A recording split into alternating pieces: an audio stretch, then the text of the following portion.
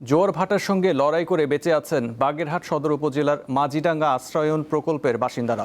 জোয়ার এলেই পানিতে তলিয়ে যায় ঘরবাড়ি, রাস্তাঘাট সহ বিভিন্ন স্থাপনা, ফলে সৃষ্টি হয় চরম ভোগান্তি। ১৯৯৮ সালে শুরু হওয়া বাগেরহাট সদর উপজেলার মাঝিডাঙ্গা আশ্রয়ন প্রকল্পটিতে এখন বসবাস করেন প্রায় ৩ শতাধিক পরিবার। প্রতি বছর বর্ষা মৌসুমে বৃষ্টি এবং জোয়ারের পানিতে প্লাবিত হয় এখানকার প্রতিটা ঘর এবং চলাচলের মূল যে সড়কটি সেটি।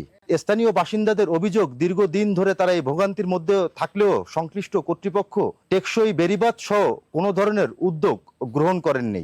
প্রতি বছর বর্ষার মৌসুম আসলে জোয়ারের পানিতে প্রত্যেকটা পরিবারের ডুবতে হয়, আর ভাটা হলে শুকায়। মাঝিডাঙ্গায় আশ্রয়ন প্রকল্পে আজ কতটা বছর আমরা এরকম ভুক্তভোগী। আজ ৫-৭ দিন রান্না বান্না আমাকে চলে না, আমরা ঘরে থাকতে পারি না। আমরা প্রত্যেকটা বছর আমরা পানিতে একদম ঘর বাড়ি সব তলায় যায়, বাচ্চা কাচ্চা স্কুলে যেতে পারে না। প্রতিদিন পানি ভেঙে আমাকে স্কুলে যেতে অনেক কষ্ট হয়। ৩ শতাধিক পরিবারের প্রায় ২,০০০ বাসিন্দার এখন রয়েছে চরম ভোগান্তির মধ্যে।